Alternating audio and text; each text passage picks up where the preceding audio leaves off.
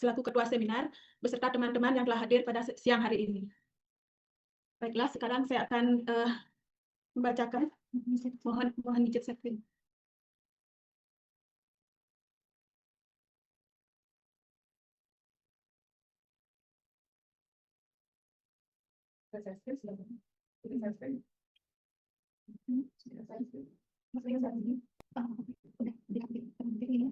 Selamat siang, Bu. Baiklah, kali ini saya akan mempresentasikan proposal penelitian yang berjudul Hubungan Persepsi tentang Kanker Serviks dengan Keikutsertaan GUS dalam Program Screening Kanker Serviks. Pada latar belakang masalah, bab 1. Kanker serviks merupakan jenis kanker keempat yang paling sering ditemukan pada wanita secara global. Dari 144.250,230 wanita usia subur, di Indonesia hanya sekitar 8,3% yang telah menjalani deteksi dini kanker serviks. Berdasarkan data dari Dinas Kesehatan Kota Denpasar, pada tahun 2024 didapatkan dari perempuan usia 30-50 tahun sebanyak 8,1 yang melakukan deteksi dini kanker serviks. Khususnya di UPTD Puskesmas 2 Denpasar Barat, didapatkan dari perempuan usia 30-50 tahun hanya 8% yang sudah melakukan deteksi dini kanker serviks. Dinkes Kota Denpasar 2024. Hal ini menandakan kesadaran pemeriksaan deteksi dini kanker serviks pada perempuan di Provinsi Bali masih sangat rendah. Deteksi dini kanker serviks merupakan upaya pencegahan dengan meningkatkan kesadaran masyarakat dalam mengenali risiko dan gejala kanker serviks. Salah satu kendala rendahnya cakupan deteksi dini kanker serviks adalah rasa takut untuk datang ke pelayanan kesehatan. Berdasarkan hal tersebut, sangat penting untuk mengubah persepsi ibu tentang deteksi dini kanker serviks sehingga kesadaran ibu melakukan deteksi dini kanker serviks dapat meningkat. Dinkes Provinsi Bali tahun 2024. Rendahnya persepsi deteksi dini kanker serviks menyebabkan kurangnya motivasi melakukan deteksi dini kanker serviks dan membuat kasus kanker serviks menjadi tinggi. Hal ini menyebabkan diagnosis dari kanker serviks dan menurunkan angka harapan hidup. Latifah dan kawan-kawan.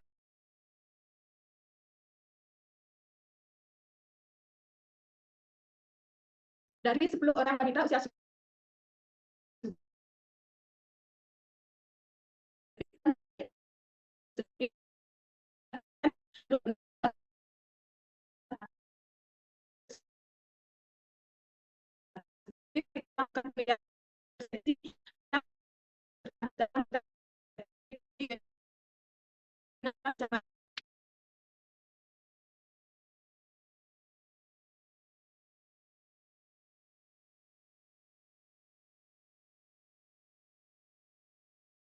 Suaranya nggak ada lagi.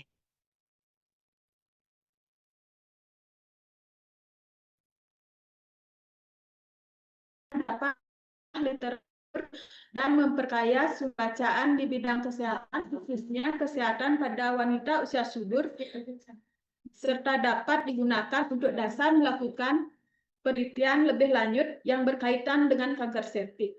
Manfaat praktis, penelitian ini bermanfaat secara praktis bagi masyarakat, khususnya seorang ibu, untuk meningkatkan persepsi GUS kanker serviks, serta meningkatkan cakupan deteksi dini screening kanker serviks. Tujuan pustakanya, kanker serviks, deteksi dini kanker serviks, persepsi, teori health belief model, HBM. Pada bab 3, kerangka konsep, ada faktor predisposisi, pengetahuan, sikap, kepercayaan, dan sosial ekonomi. Di sini persepsi, faktor pemungkin, jarak, jam buka pelayanan, dan tersedia. Penguatnya dukungan dari keluarga, tenaga kesehatan. Variabel peran dan definisi rasional. Persepsi definisi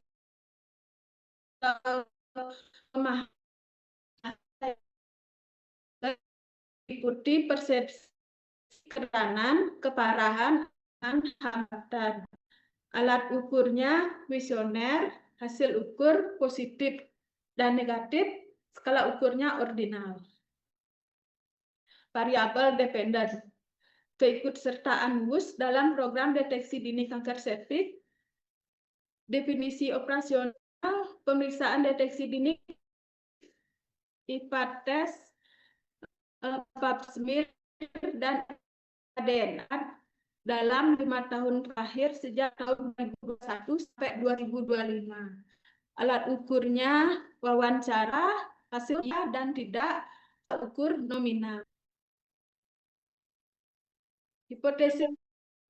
Hipotesis dalam penelitian ini adalah ada hubungan persepsi kanker serviks kesertaan dalam program screening kanker serviks di UPTD Puskesmas Dinas Kesehatan Pasar Barat tahun 2020.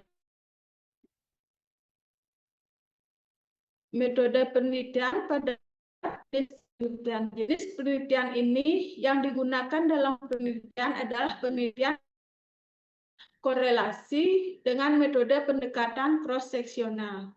Tempat waktu penelitian penelitian akan dilakukan di Puskesmas 2 dan Pasar Barat karena dari hasil studi pendahuluan masih banyak ibu yang belum melakukan deteksi dini kanker serviks. Penelitian ini akan dilaksanakan selama bulan Februari sampai April tahun 2020. Penelitian populasi dalam penelitian ini adalah seluruh WUS yang datang ke Puskesmas Kecamatan dan Pasar Barat dalam waktu 3 bulan terakhir dari Agustus sampai Oktober tahun 2025, yaitu 120 orang. Sampel penelitian, pemilihan sampel menggunakan rumus Dahlan 2019 dan setelah dihitung sampel dalam penelitian ini sebanyak 63 orang yang sesuai dengan kriteria inklusi dan eksklusi. Teknik pengambilan sampel menggunakan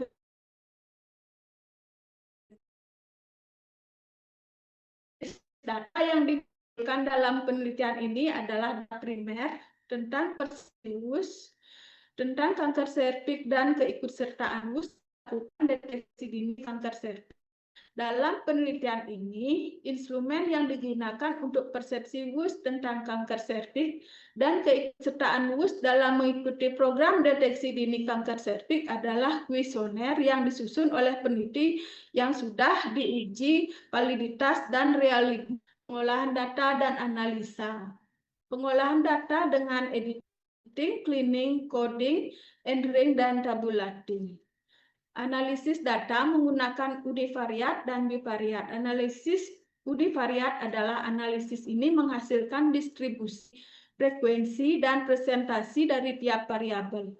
Sedangkan analisis bivariat menggunakan uji C-square, yaitu untuk mengetahui apakah terdapat hubungan atau pengaruh yang signifikan antar variabel independen dan dependen. Presentasi dari kepada Ibu. Ya, baik.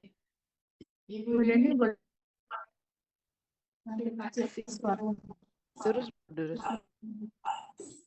ya, tidak mendengar.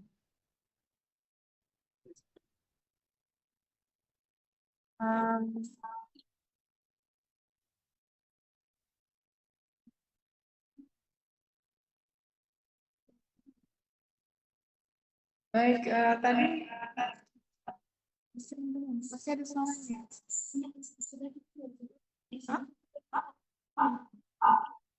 Nah, itu masih ada suaranya.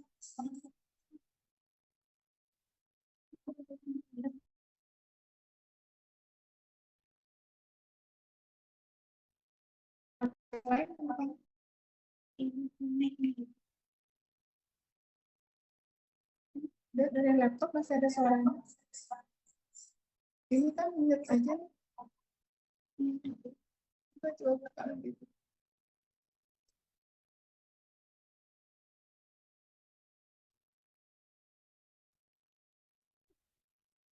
Yang coba buka. Enggak, yang tadi ini yang bawah aja. Yang bawah. Yang sebelah nanti.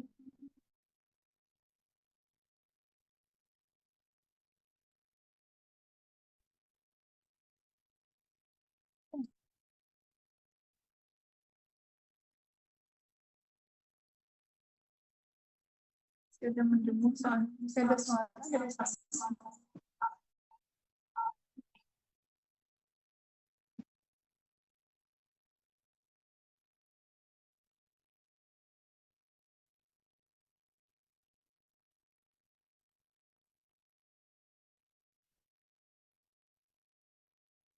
Saya.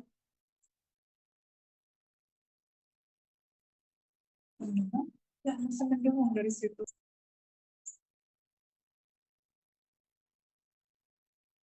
Sudah terdengar ya. Mohon maaf, Bu Budiani. Suaranya mendengung. Coba. Enggak, maksudnya saya merekam.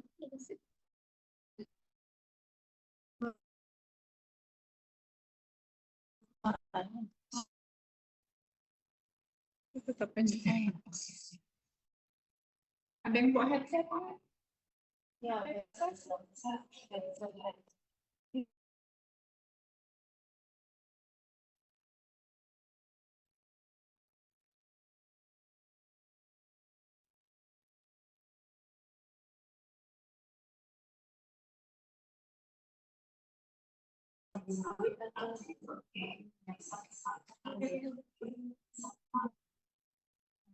keluar suaranya.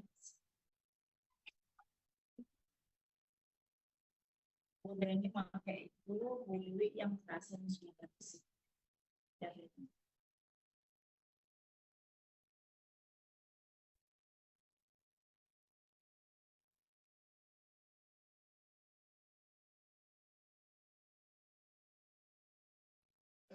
Kemudian ini dengar suara ini.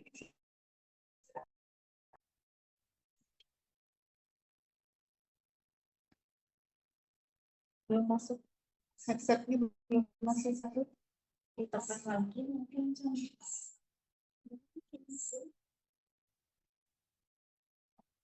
Nggak masuk ya. Itu. Oke. Nah, sudah kedengeran? Oh, masih keluar suaranya. Dengar di sini tuh headphone.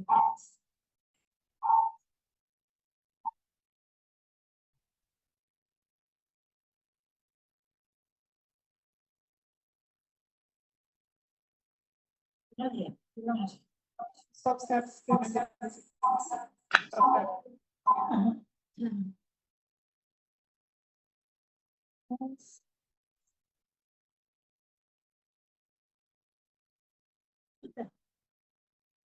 Headsetnya sudah.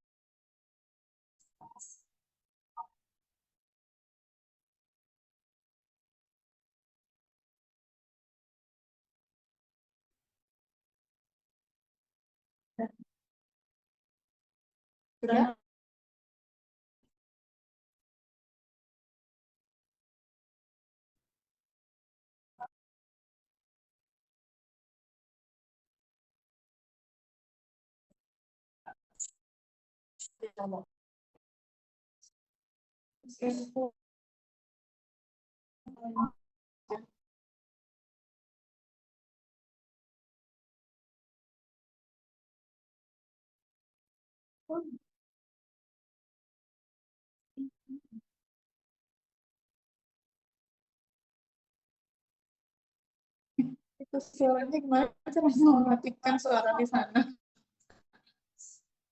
di laptop biar Suami coba berubah posisi, jangan di sana. Ya di sana atau di sini. Tapi yang kayak gelombang itu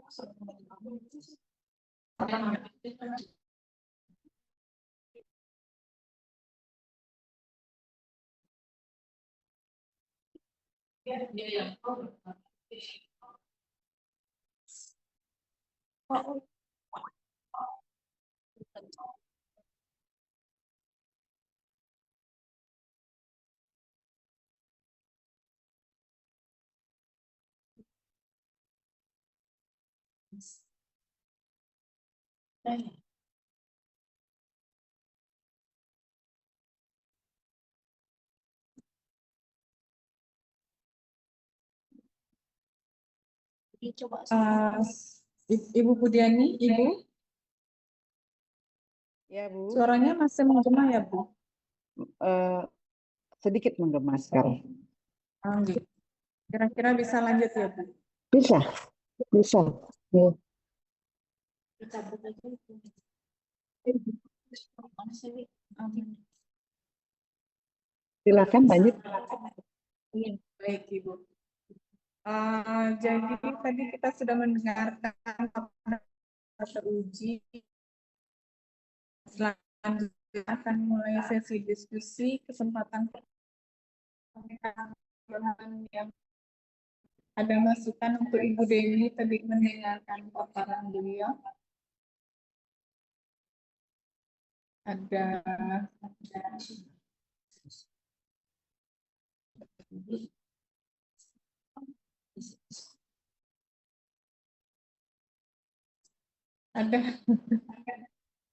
Nggak ada.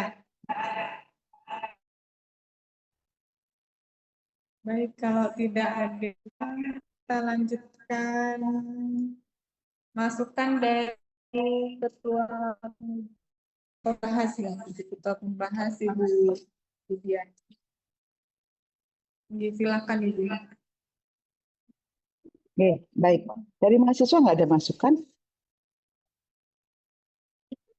Belum Banyak. ada katanya Bu. 54 sampai dengan yang teruji. Baik. Terima kasih Bu Dwi atas waktu yang diberikan untuk Bu Made Deni Suryantini. Selamat sudah menyelesaikan proposal. Sudah artinya hari ini sudah berdiri untuk kita bersama-sama membahas proposal ini. Suara saya terdengar Jelas? Jelas, Bu. Jelas Ibu. Jelas ya. Untuk Bu Deni sudah. Terdengar. Bu, direkam ya Bu? Direkam ya, nanti biar tidak ada dusta di antara kita nanti. Gitu. Ya, oke. Dari sisi ide bagus ya. Jadi idenya ini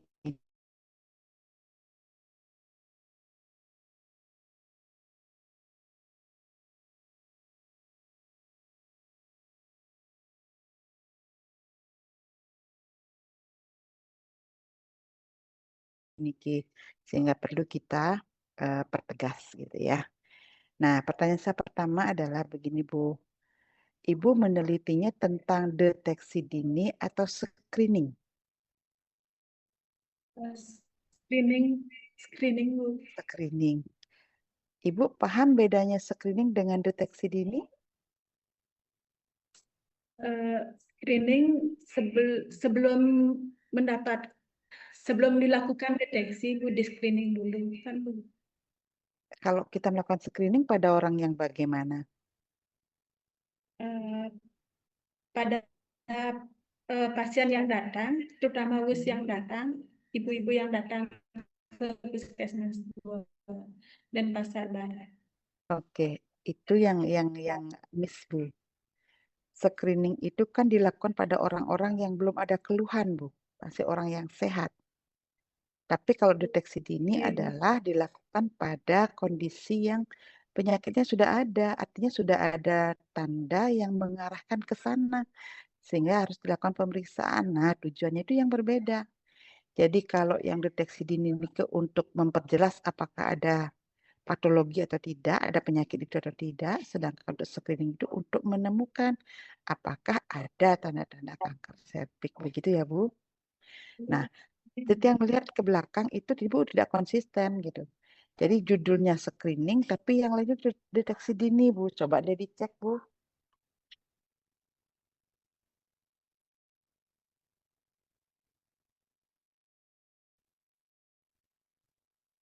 Ya, nanti di kerangka konsepnya juga sama. Oke, nanti itu kita bicarakan lebih detail. Sekarang Ibu silakan lihat dulu latar belakang. Latar belakang masalah, kita yang belum menemukan apa sih penyebab dari ini Bu, dari penyebab dari kanker serviks yang Ibu dapatkan dari hasil telusur latar belakang Bu? Penyebabnya yaitu kuman HPV, virus HPV. Virus HPV. Di mana Ibu tuliskan itu? Virus HPV kan dengan faktor risiko kan? Di mana Ibu tuliskan itu di latar belakang?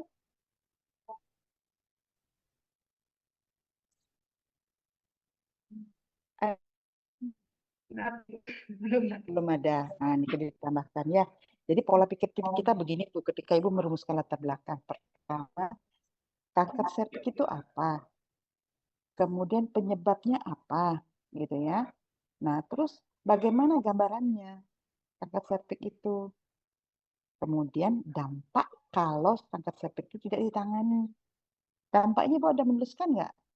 Bahwa ada orang yang mati tuh karena kanker serviks karena datang lambat. Kalau maaf Ibu izin jawab. Nggih, Ini nggih, silakan.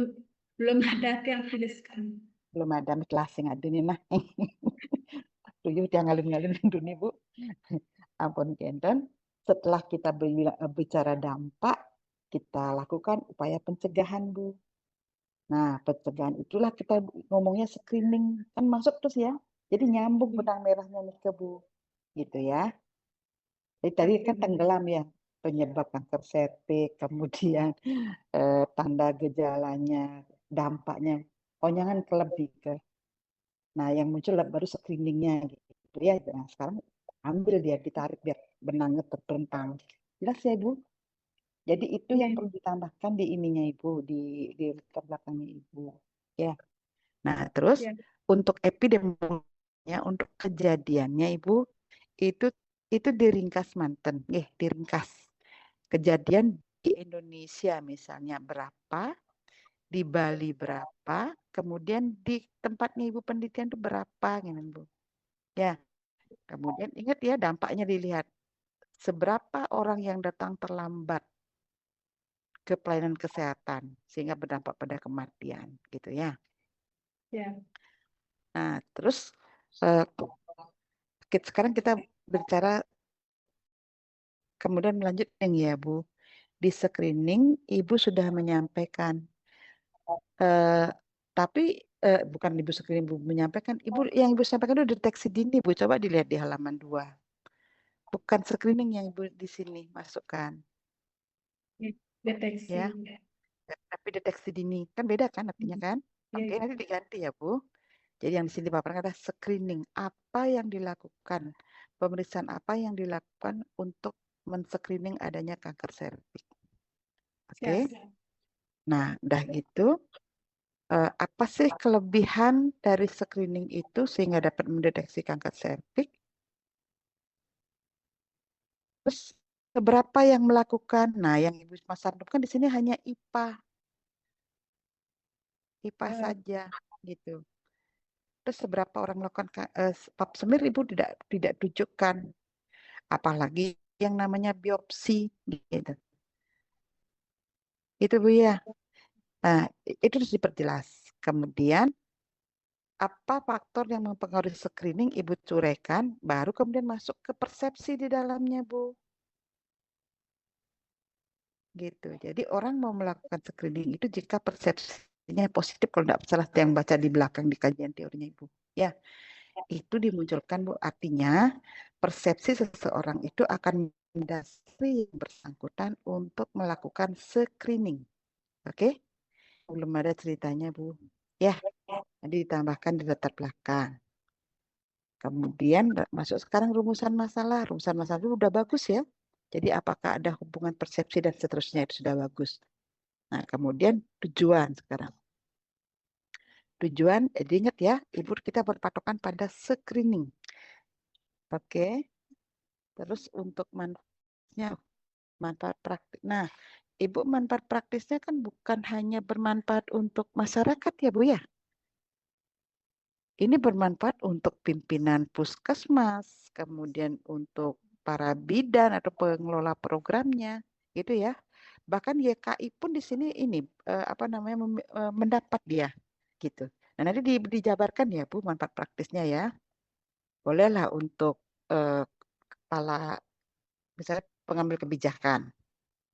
Ibu mau kepala puskesmas saja silakan, ya. Kemudian kepada petugas kesehatan. Itu kan sebagai dasar untuk penyuluhan kan Bu? Gitu. Jelas ya Bu? Nah, terus di apa namanya? Di kanker serviks Nike, di Tinian pustakanya, saya belum membaca patofisiologinya Bu. Bagaimana mekanisme terjadinya kanker serviks gitu Bu. Sehingga dengan screening dia akan tertangkap begitu. Oke. Ya, Ibu. Nah, jadi dia mau takon, menurut Bu Made Deni, bagaimana patofisiologi kanker Bu? Pada kondisi yang bagaimana yang bisa ditangkap dengan screening? Coba Ibu ceritakan. Mulanya kan di screening Mhm. di Mulainya gimana? screening Hmm. dulu langsung dapat hasilnya melalui deteksi itu kan Bu. Pertanyaan tiangnya Bu, bagaimana fisiologi kanker serviks? Nah, proses kanker serviks sehingga nanti pada kondisi atau pada tahap mana dia bisa di screening begitu Bu? Sebelum dia Mhm. terdeteksi Bu, Coba. ada Saya bertanya nih Bu, kriteria eksklusi kan. Bude, saya bertanya nih, bertanya kepada seorang bidan, Kurang sarjana. Bertanya kepada seorang sarjana bidan nih, Bu, gimana proses penyakit itu bisa terjadi gitu loh. Dari dia terinfeksi, katakanlah misalnya tadi kan HPV Ibu bilang ya, saya setuju Bu. Dari HPV itu dia terpapar HPV itu sampai kena ini, sampai ke kanker gitu.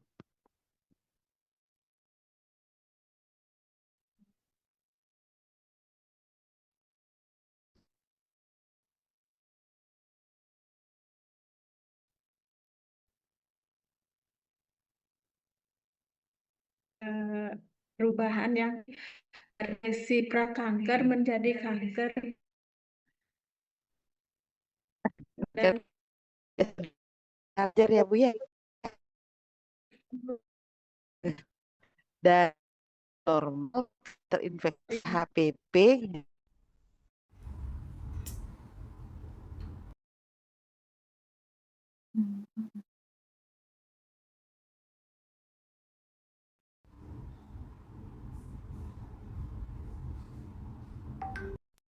kanker kemudian menjadi kanker.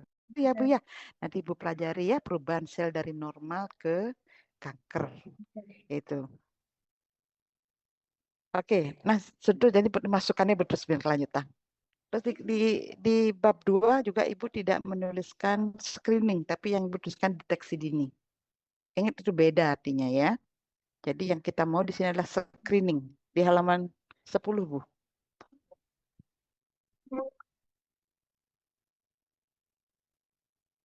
Oke, kemudian masuk ke kerangka konsep. Ini kerangka konsepnya Ibu menjelimet iki. Ya, kalau kerangka konsep itu harusnya sederhana Bu.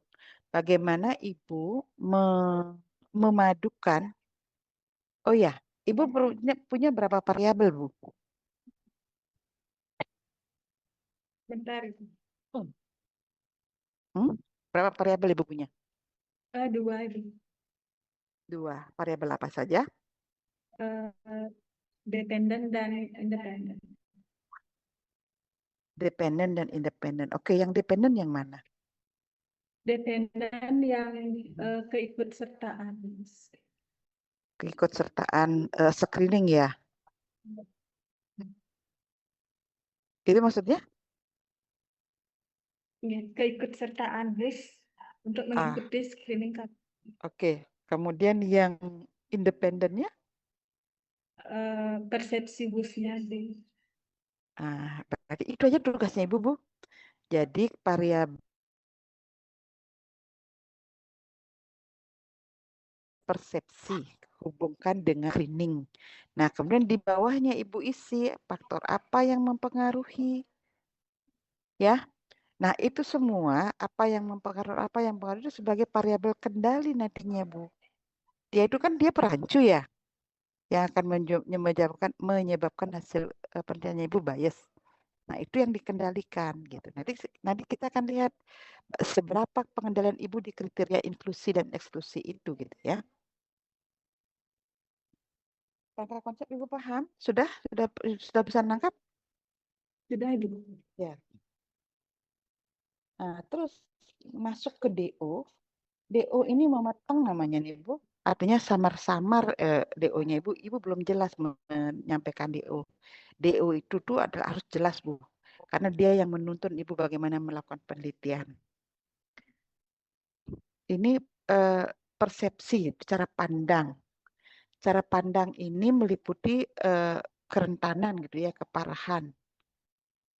Nah, terus nanti Ibu gimana caranya ininya Bu? Bagaimana caranya Ibu ketahui persepsinya itu gitu.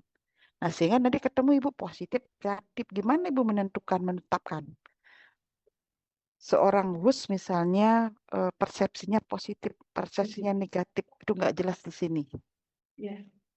Nanti Ibu pakai kaplug gitu. Ya, itu diperjelas. Kemudian demikian juga variabel keikutsertaan.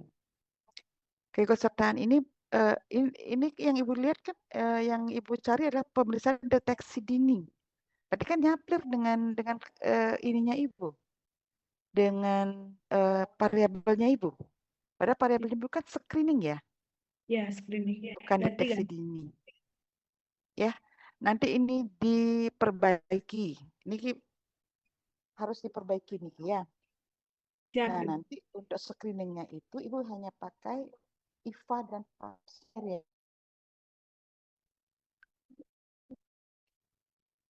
Gitu di puskesmas ada IVA DNA Bu? Ada. Ada, Ada. ada. Oke. Berarti nanti Ibu jadikan 3 kategori ya? Gitu saja kan? Iya. Apa namanya? IVA, IPA, IVA DNA, Pap IPA smear DNA, itu. Pap smear. Itu dijelaskan ya Bu, dia kerja.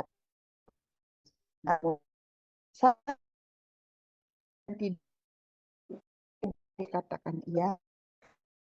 Dan kemudian indikatornya itu dalam 5 tahun terakhir Bu. Misalnya kalau dia melakukan tahun yang lalu, sekarang akurat nggak hasilnya? Begitu. Bisakah persepsi ini menggambarkan 5 tahun yang lalu? Nggak bisa. Ya, jadi persepsinya sekarang, pemeriksaannya juga yang terkini Bu. Gunakan yang 5 tahun yang lalu, yang lalu enggak gitu ya. Gitu. Nah, untuk hipotesis sudah bisa sebenarnya. Mungkin Bu Budiani sedikit. Ini yang Ya, variabel screening ya Bu ya. Bu, kan judulnya screening tadi Bu. Bu Deni bisa dijawab kenapa 5 tahun? Kenapa mencantumkan 5 tahun ini? Ya, untuk pengulangan screeningnya bisa dilakukan tiap 5 tahun. Untuk yang pemeriksaan sebelumnya negatif itu, kalau untuk yang pemeriksaan sebelumnya ada masalah, bisa dilakukan 3 tahun. Gini Bu, Ibu kan menilainya persepsi ya Bu ya, persepsi terhadap pemeriksaan, terhadap screening yang dia lakukan. Nah, screeningnya udah 5 tahun yang lalu nih dilakukan. Kemudian persepsinya sekarang Bu. Apakah tindakan dia yang 5 tahun yang lalu itu sama dengan, apakah sesuai dengan persepsi yang dia miliki saat ini? Gitu. Ya, jelas ya Bu. Oke. Nah, bisa jadi dulu yang ngajak, yang nandan screening itu misalnya suaminya atau temannya. Tapi dia sebenarnya nggak punya persepsi positif gitu. Ya. Jadi pakailah yang terdekat, Bu. Gitu ya, Bu? Ya, Bu. Mungkin Bu Budiani, Ya. Ibu Niki tadi kan memang dasar pertimbangan karena program screeningnya sendiri memang dianjurkan 5 tahun sekali untuk yang tidak ada gejala, tidak hasilnya negatif begitu. Jadi kalau yang terakhir kemungkinan akan banyak yang loss, Bu. Screening lagi kan tampaknya tidak Berarti kan menjembatani gunakan gitu ya, responden Pak. yang lain, Bu. Jangan paksakan dia yang dipakai gitu loh. Yang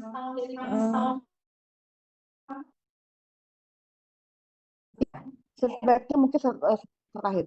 Nah, setahun terakhir ini kan Setahun bisa terakhir persepsinya dia. Artinya kan lebih menggambarkan persepsinya saat ini kan. Tiba kita berarti berarti yang memerlukan screening dalam 1 tahun terakhir begitu nggih. kriteria Iya, nanti itu yang kita kembalikan. Nggih. Betul. Oke. Suaranya terdengar ya? Terdengar ya. Oke. Sampun. Oke.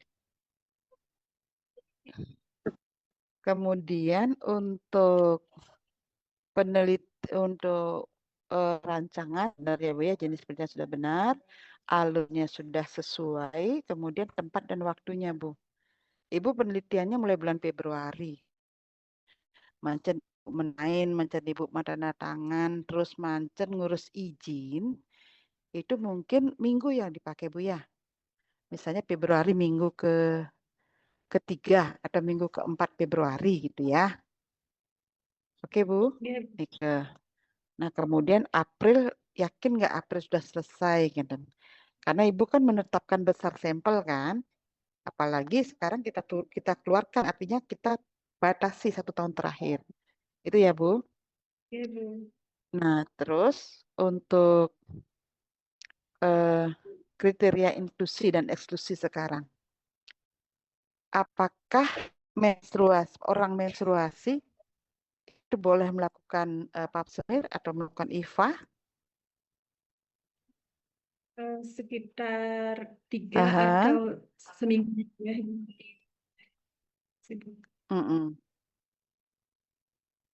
Nah, sekarang untuk menghilangkan, apalagi misalnya sekarang Bu, Nika, tolong dipertimbangkan itu sebagai kriteria inklusi dan eksklusi ya. Mau Ibu inklusi atau Ibu eksklusi silakan aja.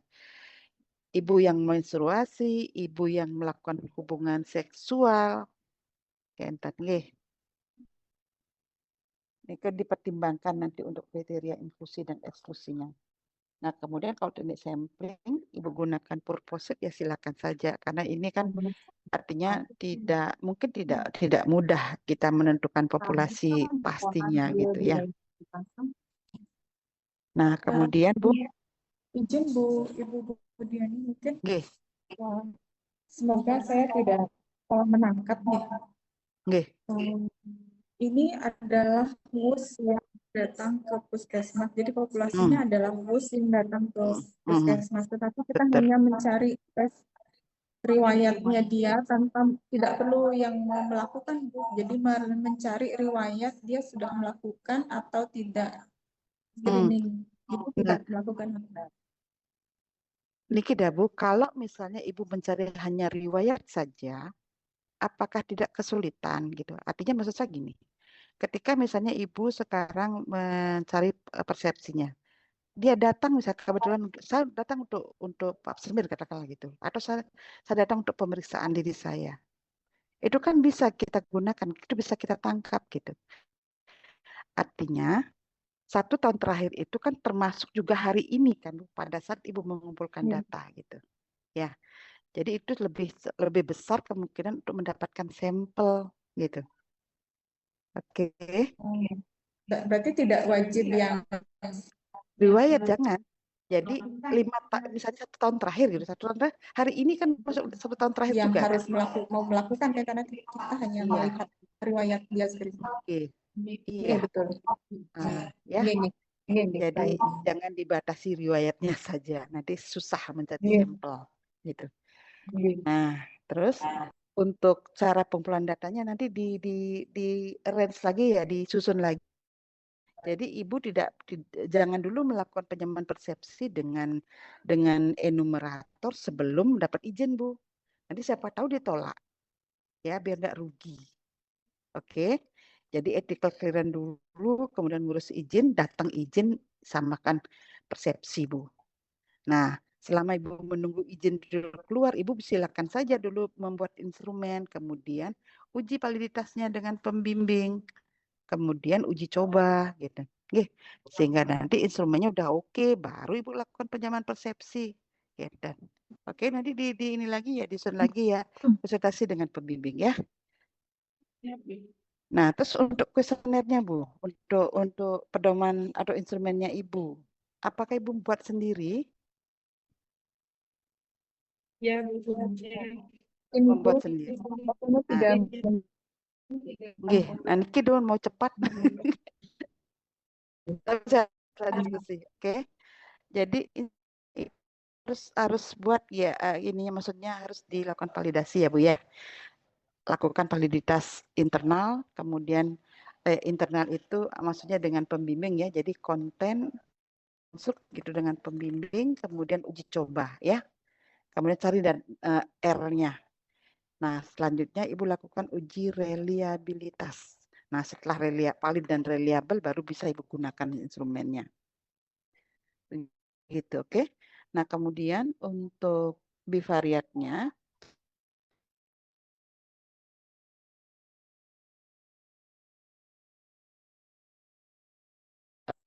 C-square ya.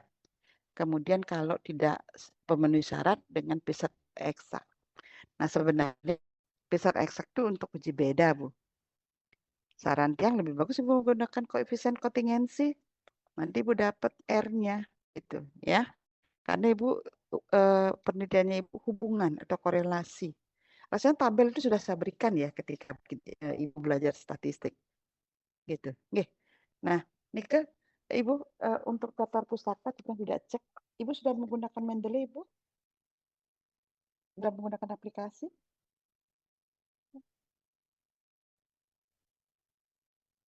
Bu Deni sudah menggunakan aplikasi Mendeley, Bu?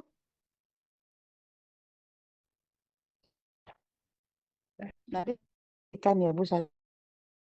Nanti Bu Dwi terima waktu saya kembalikan. Selamat ya Bu Deni. Tadi Tiang enggak izin sama Bu Linda ya, udah aku mendahului. Kita akan lanjutkan.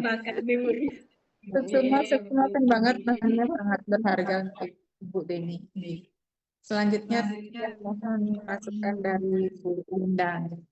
Terima kasih, Bu. Yang kayak harus malah yang kayak itu ada minum itu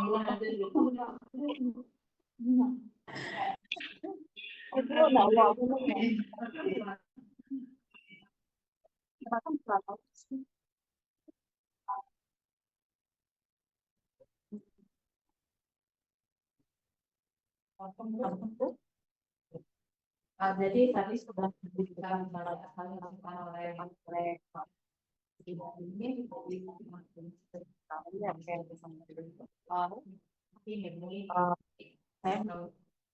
jadi yang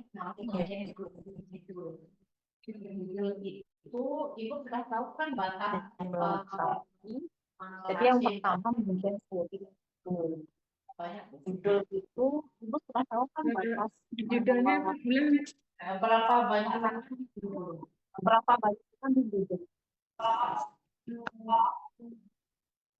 di judul 20 kata ya, tapi itu masih memenuhi kok.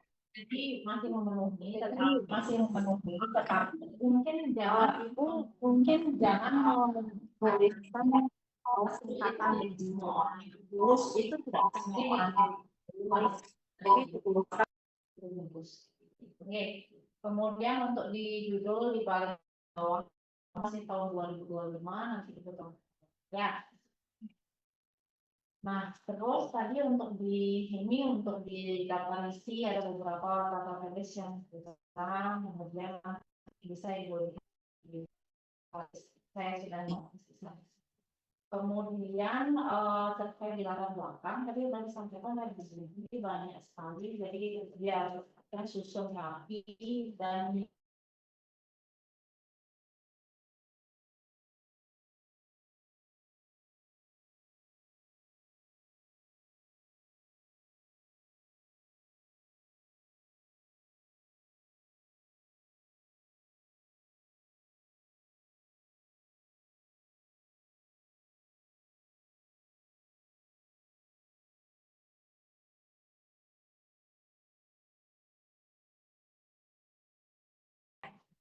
Ya.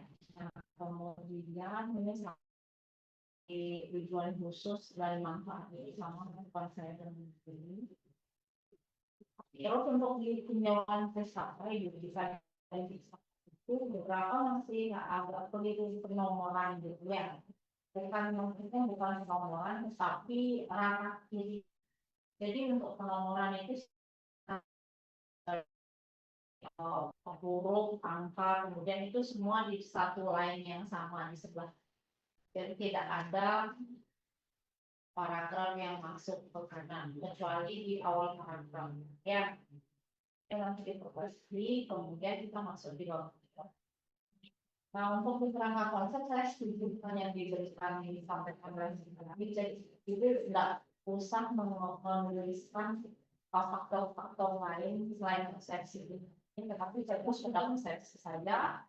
Kemudian apa namanya ditambahkan apa saja yang mengalami persepsi. Di kajian teori itu sudah ada banyak kok, jadi tinggal dimasukkan. Ibu sudah paham ya, Bu? Sudah ya. Apa konsep?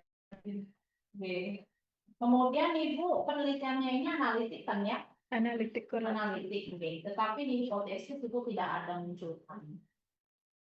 Tuliskan pertanyaan penelitian. Karena ini analitik, jadi Ibu harus membuat hipotesis.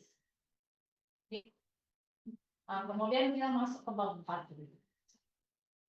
Nah, untuk alur penelitian ini memang saya sudah lihat secara lengkap, tetapi mungkin Bu Lydia hipotesis Ada Ibu. juga sih halaman dia juga,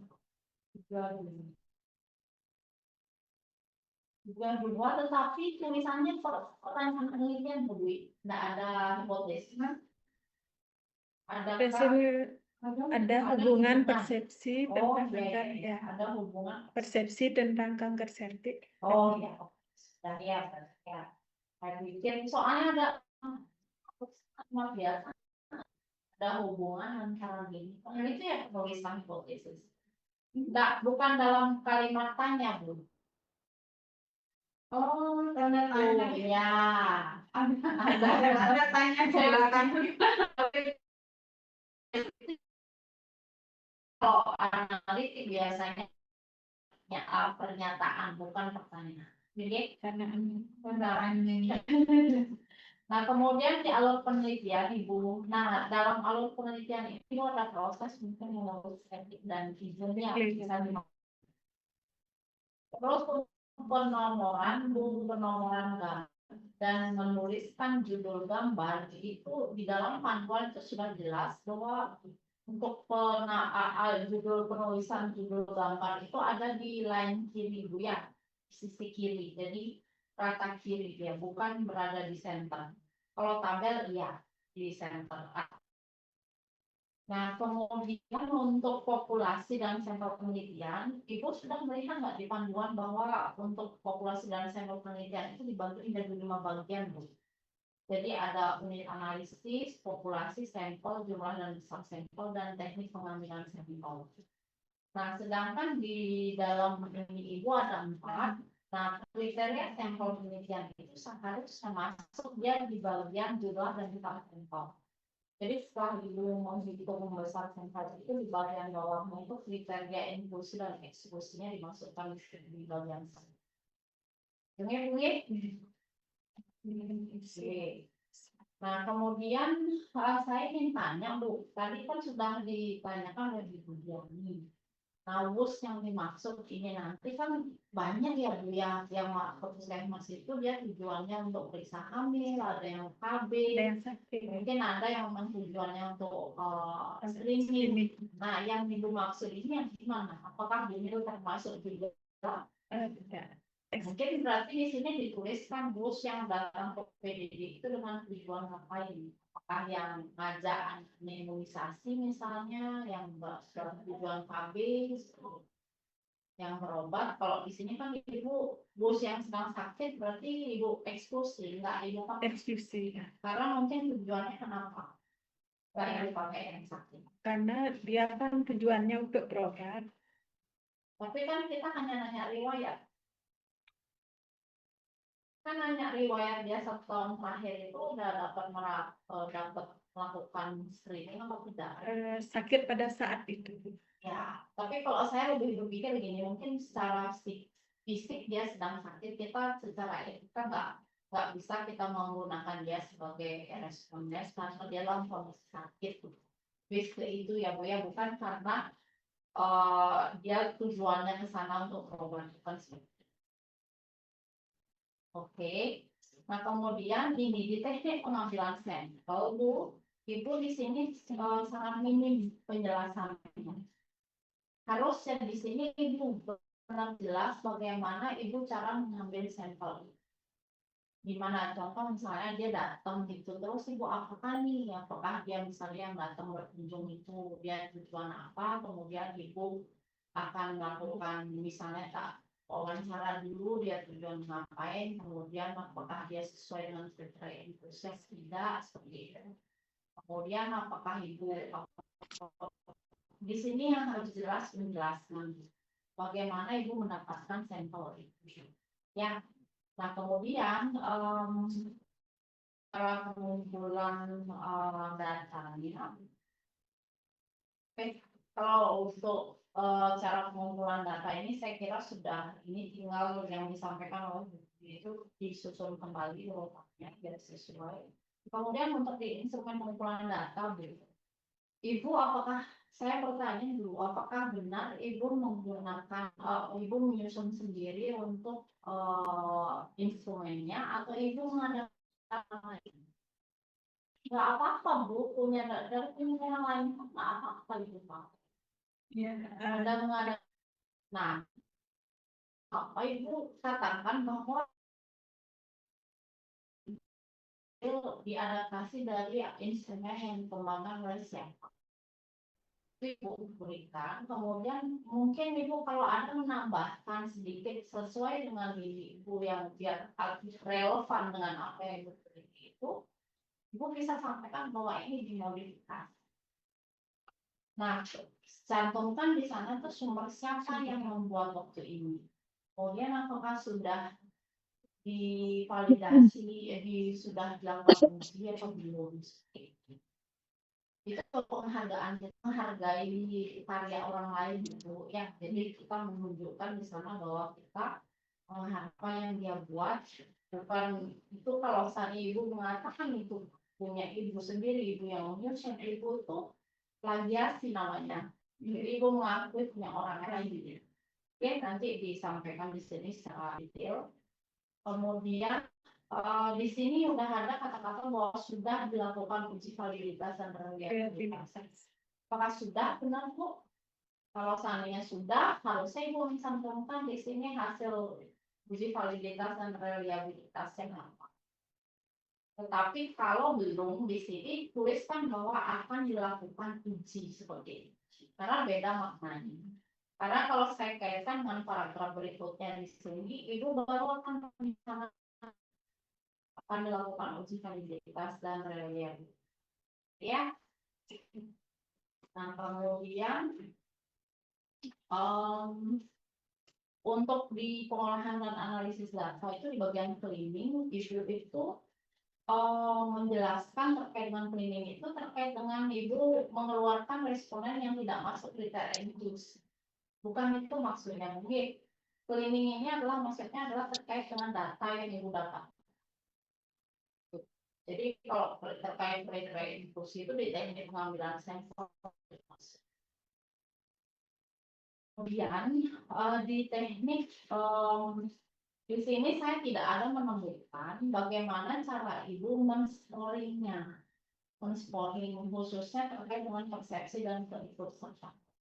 Kalau keikutsertaan, oke, saya bisa paham yang ada riwayat dia melakukan IPA, oke, dapat Ibu itu. Tetapi yang persepsi ini saya belum dapat. Karena Ibu untuk bisa mengatakan persepsi positif dan negatif itu kan berdasarkan median. Nah, itu sama sekali Ibu tidak ada membahas terkait dengan Ibu mencari mediannya. Ya, terutama di analisis sendiri ya. Ya Bu ya, nanti itu mungkin dikaitkan kembali. Kemudian untuk SPSS-nya kalian itu gunakan versi 13 tuh. Sekarang udah versi 25 bahkan 30 udah ada buku. Ini nanti diperbaiki lagi. Kemudian untuk di analisis univariat itu kan mencari karakteristik ya. Bangkit mungkin bisa disampaikan juga di analisis ini. Jadi ya sebagai awal lah bahwa untuk analisis univariat ini yang dideskripsikan itu adalah selain variabel yang akan diinput juga karakteristik dari respon. Hubungi, nah untuk di kuesionernya karena ini menggunakan tabel, jadi alangkah baiknya biar responden itu tidak bolak-balik melihat seperti ini loh. Ibu harus isi headernya ya. Jadi di judul kolom itu harus di repeat gitu loh, diulang. Jadi nomor pernyataan STS, TS itu harus muncul di halaman berikutnya. Jadi tidak akan mempersulit ini biar nggak bolak-balik. Nah, untuk instrumen terkait dengan screening kanker serviksnya itu, Ibu di sini jelas pertanyaan pertama. Jadi kan di sini pertanyaannya pernah melakukan tindakan. Jadi batasan waktunya disampaikan juga di sana. Melakukan deteksi CA serviks atau administratif.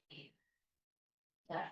Kemudian pertanyaan kedua, jika jawaban ya gitu Bu, jenis deteksi dini apa yang dilakukan?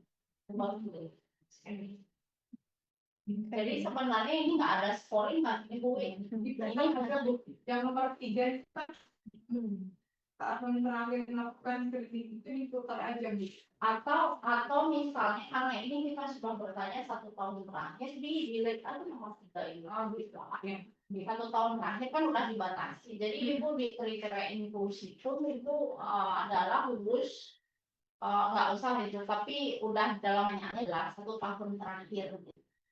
Jadi ini yang nomor 3 ini nggak usah karena kita udah jelas bahwa yang dibatasi itu adalah yang 1 tahun. Nanti dia delete ya Bu ya. Yang ini dia. Ya, nomor 3 itu di-delete aja. Yang ini hanya sebagai penambah ini, nomor 2 ini sebenarnya.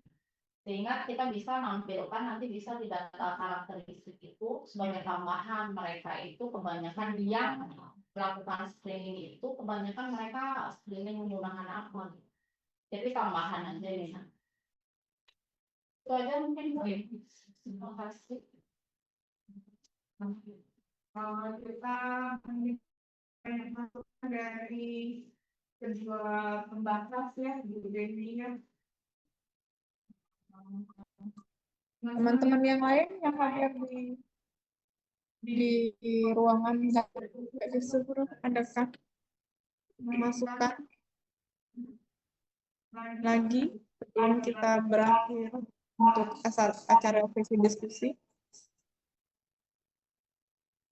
Bu Dwi, Yang izin Bu Dwi. Kalau tadi kita sepakat tetap screening ya. Nah, kalau screening, saran saya IVA-nya itu karena gini, perkembangan kanker serviks itu kalau nya belum memasuki ke 1, itu tidak bisa hampir dideteksi dengan IVA, pasti IVA negatif. Tapi dengan DNA dia masih bisa terscreening. Nah, kalau misalnya tetap screening berarti IVA-nya dihilangkan ya, jadi gunakan pap smear dan IVA DNA saja gitu. Oh, Kenten. Nggih.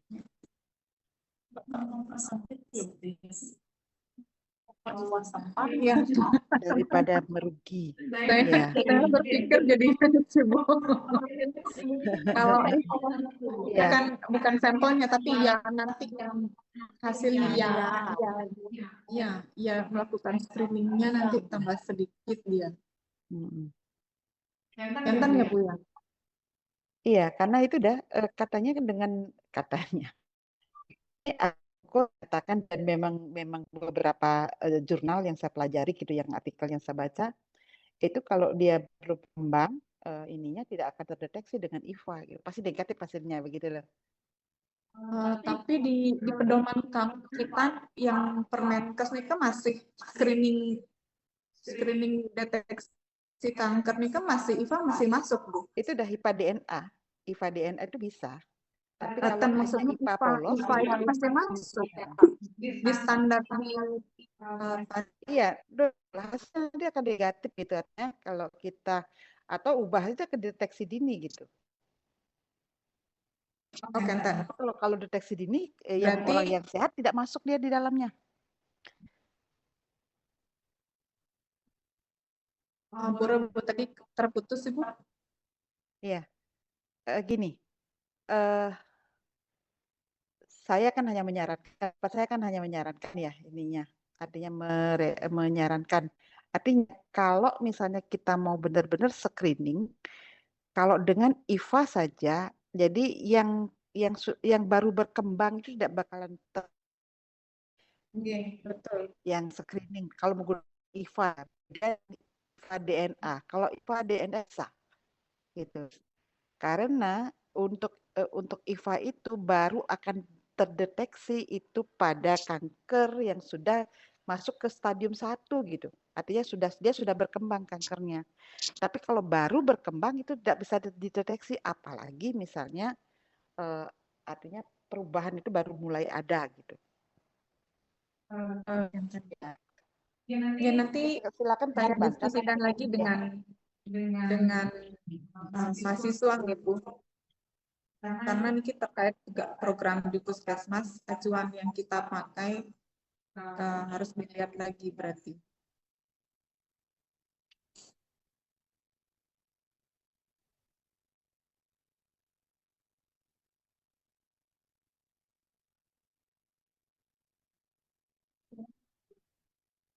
Bilang gitu.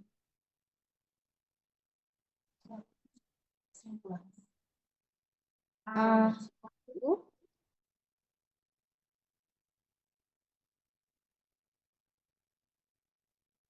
Bilang.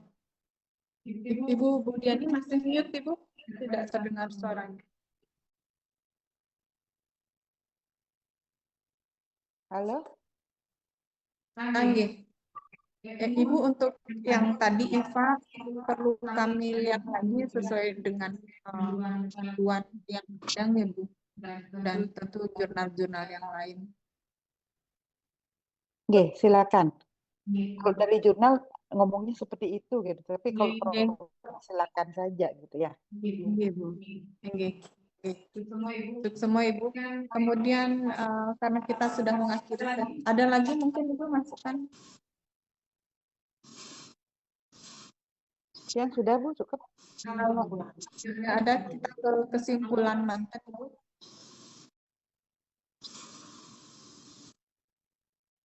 Oke, silakan lanjutkan proposalnya. Artinya setelah perbaikan ya. Iya Bu, untuk semua. Baik, kita sudah mendengarkan tadi kesimpulan dari Ketua Pembahas. Kemudian Bu Ina, sudah.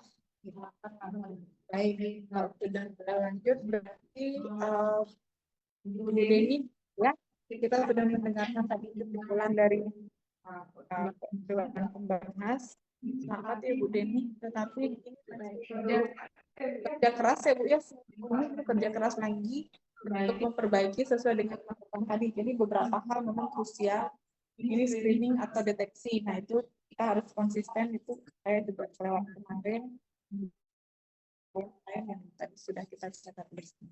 Jadi seminggu ini Ibu selesaikan. Jadi tidak ada tunggakan, kemudian kita bisa langsung progres ke Ibu ada pertanyaan atau hal yang mau disampaikan? Sementara belum. Baik, kalau tidak ada lagi, kita cukupkan pertemuan pada siang hari. Terima kasih Ibu Budiani selaku Terima kasih Bu. pembahas, Bu Linda terima kasih atas masukan dan pemikiran yang sudah disampaikan. Rekan-rekan mahasiswa yang hadir sudah menyampaikan pada siang ini. Terima kasih. Selamat siang. Saya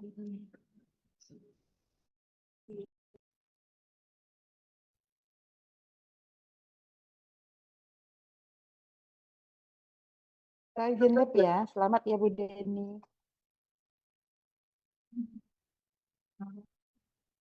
Ibu, mana ibunya? Eh, Terima kasih yang ucapkan atas bimbingan dan masukannya, Ibu.